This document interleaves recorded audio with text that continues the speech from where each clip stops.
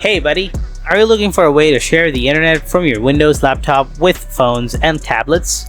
Then you might just have come to the right place, for I will show you all the steps you need to follow to turn your laptop into a Wi-Fi hotspot.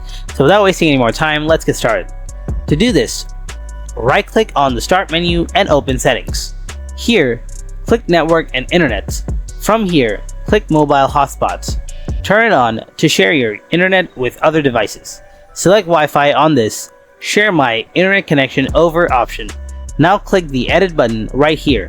In here, type the network name you want to use. I'm just going to use Rodrigo2345 on this, and then select a password. After it's done, hit Save, and you will see which devices are connected now right here. And that's it. You have successfully made your laptop into a Wi-Fi hotspot.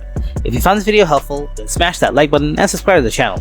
And if you have any kind of questions, then please ask them in the comment section below. Thanks for watching.